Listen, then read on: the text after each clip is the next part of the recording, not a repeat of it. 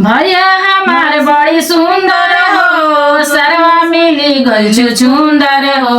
भैया हमार बड़ी सुंदर हो सरवा मिली गल छुछुंदर हो।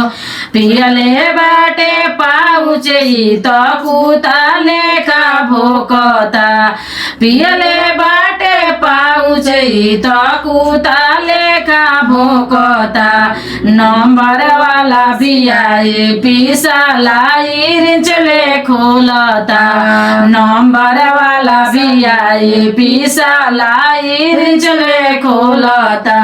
भैया हमार बड़ी सुंदर हो सरवा मिली गल छुछुंदर हो। भैया हमार बड़ी सुंदर हो सरवा मिली गल छुछुंदर हो। पियले बाटे पाउच सरवा कुता लेखा भोकता। पियले बाटे पाउच सरवा कुता लेखा भोकता। नंबर वाला बियाई पिसाला चले खोलता। नंबर वाला बियाई पिसाला चले खोलता।